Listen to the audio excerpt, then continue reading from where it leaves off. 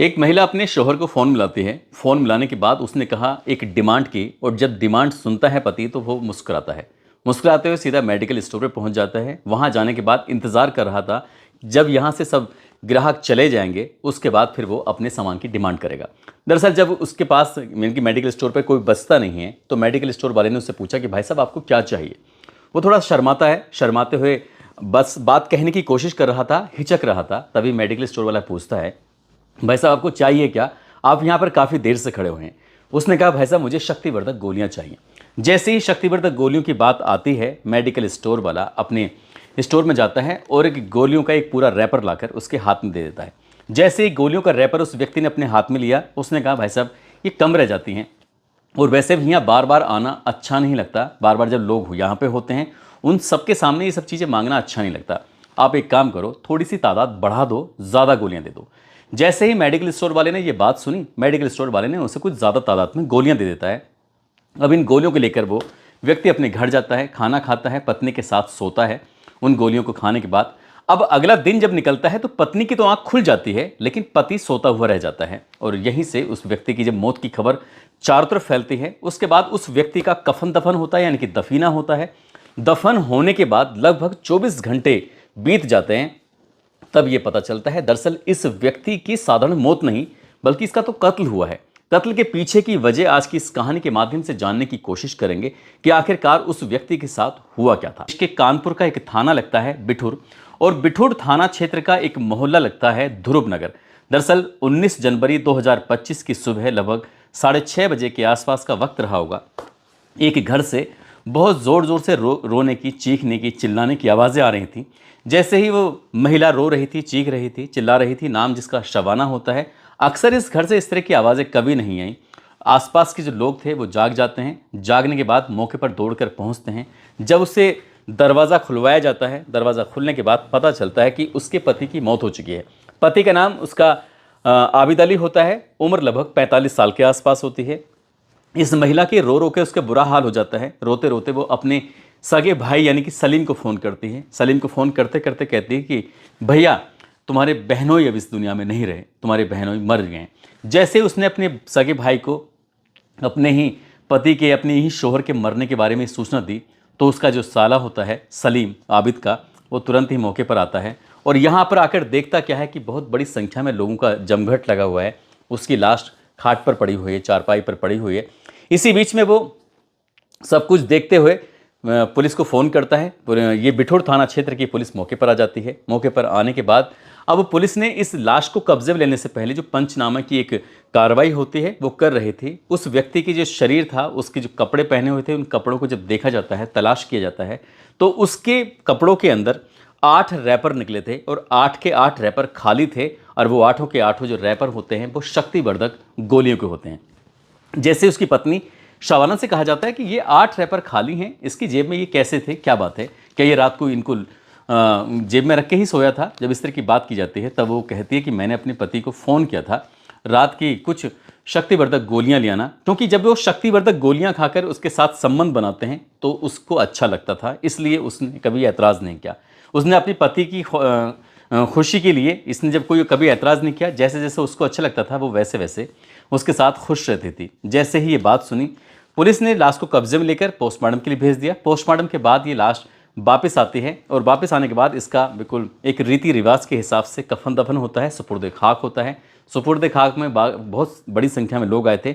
लेकिन ये खबर पूरी आग की तरह फैल जाती है कि एक व्यक्ति ने ज़रूरत से ज़्यादा शक्तिवर्धक गोलियों का सेवन कर लिया था और उन शक्तिवर्धक गोलियों के खाने की वजह से उनकी मौत हो जाती है। अब इसके लगभग 24 घंटे बीत जाते हैं। 24 घंटे का समय बीता था। अब पुलिस के पास पोस्टमार्टम की जो रिपोर्ट थी वो आ जाती है और पोस्टमार्टम की रिपोर्ट से ये पता चलता है कि इस व्यक्ति की मौत शक्तिवर्धक गोलियां खाने से नहीं, बल्कि इसकी मौत हुई है गला दबाने से। अब गला दबाने की बात पुलिस को हजम नहीं हो रही थी, पुलिस खुद सोचने पर मजबूर थी। तभी सलीम को फ़ोन किया जाता है, जो आबिद का साला होता है। उससे पूछा जाता है कि ये क्या मामला है, इनकी पोस्टमार्टम रिपोर्ट के अंदर गला दबाने की पुष्टि हो रही है, आखिरकार इनका कौन गला दबाएगा, क्यों गला दबाएगा। जब इसके बारे में पूछा जाता है तो बताता है कि ये उत्तर प्रदेश के ज़िला औरैया का एक इलाका लगता है दिव्यापुर। ये दिव्यापुर के रहने वाले होते हैं। अब से लगभग 20 साल पहले इन्होंने अपने उस इलाके को, दिव्यापुर को छोड़ने के बाद ये सीधा कानपुर आ जाते हैं। कानपुर के बिठूर थाना क्षेत्र के मोहल्ला ध्रुव नगर में अपना मकान बनाते हैं और यहीं रहने लगते हैं। इनकी जब शादी होती है तो इसकी बहन से होती है, इसका नाम शबाना होता है। और यहाँ आने के लगभग 3 साल के बाद उनको एक बेटा भी पैदा हो जाता है। उस बेटे की उम्र 16.5 या 17 साल के आसपास रही होगी। जब इस महिला से पूछा जाता है कि आखिरकार क्या वजह है, तो महिला कुछ सही बातें नहीं बताती है। तभी पुलिस उसका मोबाइल अपने कब्जे में लेती है। साथ ही जो आबिद अली जो मर चुका है, जिसको सुपुर्द खाक कर दिया गया है, उसका भी मोबाइल कब्जे में लिया जाता है और दोनों मोबाइलों की CDR निकलवाई जाती है। जो ये आबिद अली होता है उसके मोबाइल की तो कॉल डिटेल में कोई ऐसी कोई खास सस्पेक्ट वाली बात नहीं पाई जाती, लेकिन शबाना का जो मोबाइल था उसमें वो एक लड़के से बहुत ज़्यादा बातें करती थी और उस लड़के की उम्र लगभग उस महिला से 20 साल कम होती है, इनकी 20 साल छोटा। अब सलीम से यानी कि साले साहब से ये पूछा जाता है कि रेहान उर्फ तालिब, जो कि उन्नाव के बांगर मऊ जो भगवंतपुर गोटेपाली का रहने वाला लड़का होता है, जिसका नाम रेहान उर्फ तालिब होता है, उम्र उसकी लगभग 20-22 साल के आसपास होती है, इससे तुम्हारा क्या रिलेशन है, क्या ताल्लुक है, क्या यह आबिद का रिश्तेदार है या फिर शबाना का रिश्तेदार है? ना ही वो आबिद का रिश्तेदार होता है, ना ही शबाना का रिश्तेदार होता है। लेकिन शबाना की और रेहान की बहुत ज़्यादा बातें होती थी अपने से 20 साल लगभग छोटे लड़के से। अब पुलिस ने जब इस बारे में पूछना शुरू किया, पुलिस ने उस लड़के को हिरासत में ले लिया और हिरासत में लेने के बाद जब उससे भी पूछताछ करना शुरू करते हैं और शबाना से भी पूछताछ करना शुरू करते हैं तो चौंकाने वाली बात सामने आती है।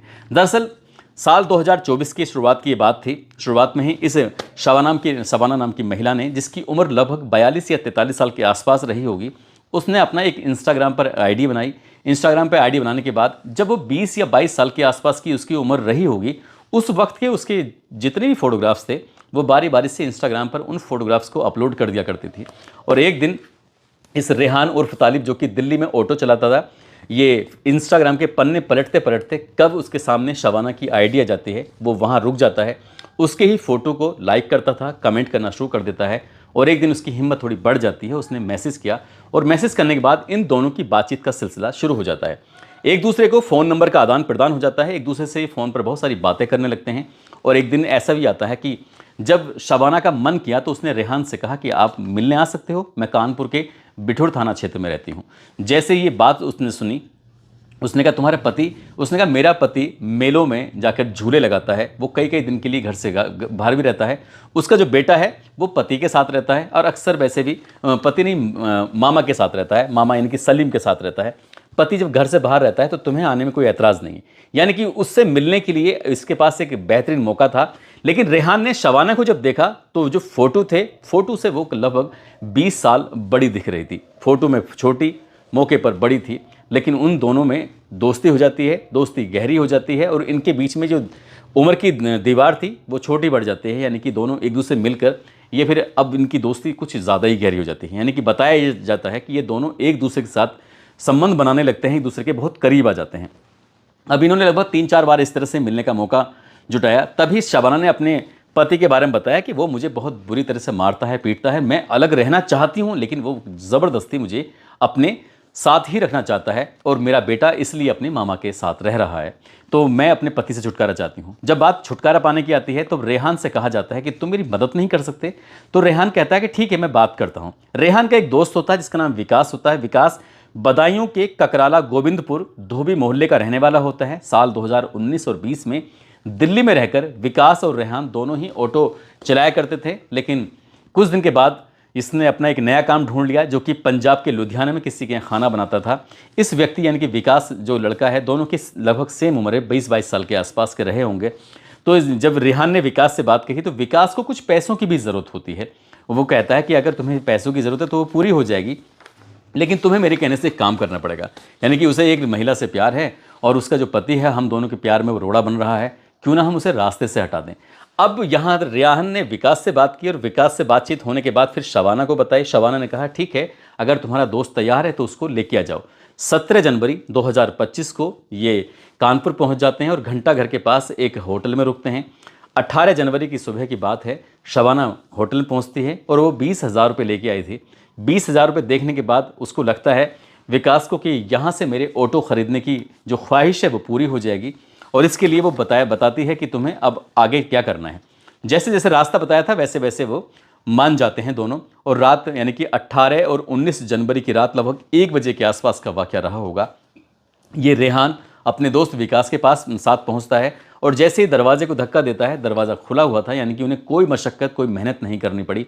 वहाँ जाकर देखते हैं इसने अपने पति को पहले तो खूब सारी शराब पिलाई, शराब पिलाने के बाद उससे गोलियां भी दी। उसने कहा कि ठीक है, उसके बाद हम लोग आपस में एक दूसरे के साथ रिलेशन बनाएंगे, यानी कि संबंध बनाएंगे। लेकिन शायद उसको इस तरह का मौका मिल नहीं पाया था। वो शराब पीने के बाद बेहोश हो जाता है।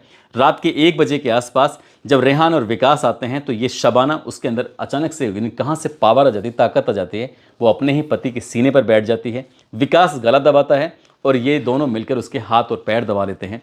लगभग 15 से 20 मिनट तक ये जद्दोजहद उसके साथ की जाती है, यानी कि आबिद अली का गला दबाकर उसकी हत्या कर दी जाती है। इसके बाद आराम से, इत्मीनान से इन्हें मौका मिलते जब ये रेहान और विकास यहाँ से चले जाते हैं, जाने के बाद जब दिन निकलता है तब शबाना ने नाटक करना शुरू कर दिया। नाटक वो इस तरह से कर रही थी जैसे उसे अपने पति के मरने का बेहद अफसोस था। रोते रोते जब उसने अपने सगे भाई सलीम को फ़ोन किया, सलीम जब अपने भांजे यानी कि सलमान को लेकर मौके पर पहुंचता है तो अपनी बहन को रोते हुए देखकर उसे बड़ा आश्चर्य हो रहा था कि जिस घर से हमेशा लड़ाई झगड़े की आवाज़ें आया करती थीं, आखिरकार उसकी बहन इतना अच्छा, मतलब ऐसा अपने पति के मरने का इतना अफसोस क्यों कर रही है। उसे शक होता है और तभी वो पुलिस को फ़ोन करता है, यानी कि सलीम फ़ोन करके पुलिस को मौके पर बुलाता है। उसको पहले ही दिन से, पहले ही वक्त से लग रहा था कि कहीं ना कहीं उसकी बहन का कुछ ना कुछ झोल है। सलीम की तहरीर के आधार पर एफआईआर दर्ज होती है। पुलिस इन तीनों को, यानी कि शबाना, रेहान और विकास, इन तीनों को गिरफ्तार करती है और 22 जनवरी 2025 को गिरफ्तार करने के बाद जेल भेज देती है। जब इस घटनाक्रम का खुलासा होता है, पुलिस जब मीडिया को ये बात बताती है, मीडिया के सामने जो पूरी कहानी आती है, तो पहले शक्तिवर्धक गोलियों की बात सामने आई थी। बाद में पता चलता है कि 20 साल छोटे प्रेमी के साथ मिलकर और प्रेमी ने दोस्त के साथ मिलकर इस महिला के पति की हत्या कर दी है। फिलहाल ये जेल में है और आगे कब तक जेल में रहेंगे सहज ही अंदाज़ा लगाया जा सकता है। इसमें एक नहीं 3 जिंदगियां पूरी तरह से बर्बाद हो चुकी हैं और एक बेटा है। हालांकि बेटा तो पहले भी अपने मामा के साथ रह रहा था, लेकिन वाकई उस व्यक्ति, इनकी सलीम की भी हिम्मत की दाद देनी पड़ेगी, तारीफ़ करनी पड़ेगी, क्योंकि उसने अपनी ही बहन के खिलाफ मुकदमा दर्ज कराया और उसको जेल भिजवाने में अहम भूमिका निभाई। दोस्तों, इस पूरे घटनाक्रम को सुनाने का उद्देश्य किसी को परेशान करना नहीं है, किसी का दिल दुखाना नहीं है, बल्कि आपको जागरूक करना है, आपको सचेत करना है। इस महिला को अगर अपने ही पति से अलग होना था तो अलग होने के बहुत सारे रास्ते थे। इस तरह से जो उसने कदम उठाया था वो वाकई बहुत ही भयानक है। शायद आगे की ज़िंदगी सलाखों के पीछे गुजरेगी और जब सलाखों के पीछे अंधेरी काल कोठरी में रहेगी, शायद तब उसे जाकर एहसास होगा कि उसने क्या अपराध कर दिया है। दोस्तों, जाते जाते गुजरात के रहने वाले हैं शमीम कुरैशी और गौरी सिंह हैं। आज इनका जन्मदिन है। इनको जन्मदिन की ढेरों सारी शुभकामनाएं, बहुत बहुत मुबारकबाद। साथ ही कुछ लोगों ने नाम लेने की अपील की है, जिसमें दिल्ली से रोहित कुमार, बुलंदशहर से शैंकी बंसल, मुंबई से मोहम्मद हातिम, मेरठ से खुशनुमा सैफ़ी, प्रयागराज से अहमद हुसैन खान, सीतामढ़ी से रुपेश कुमार, बनारस से धीरेन्द्र पटेल, भरतपुर से परवान अहमद, गुजरात से अल्ताफ़ खान, मुजफ्फरपुर से सुधीर कुमार, दिल्ली से शाहनवाज खान, संत कबीर नगर से सिंगर ध्यानी, अलाउद्दीन अली, तालिब अंसारी, सोनू कुमार झारखंड से, राज वर्मा मैनपुरी से, बेगूसराय से गौरव सिंह, लखनऊ से शकील शाह। आप सब लोग अपना ख्याल रखें, सुरक्षित रहें। जय हिंद, जय भारत।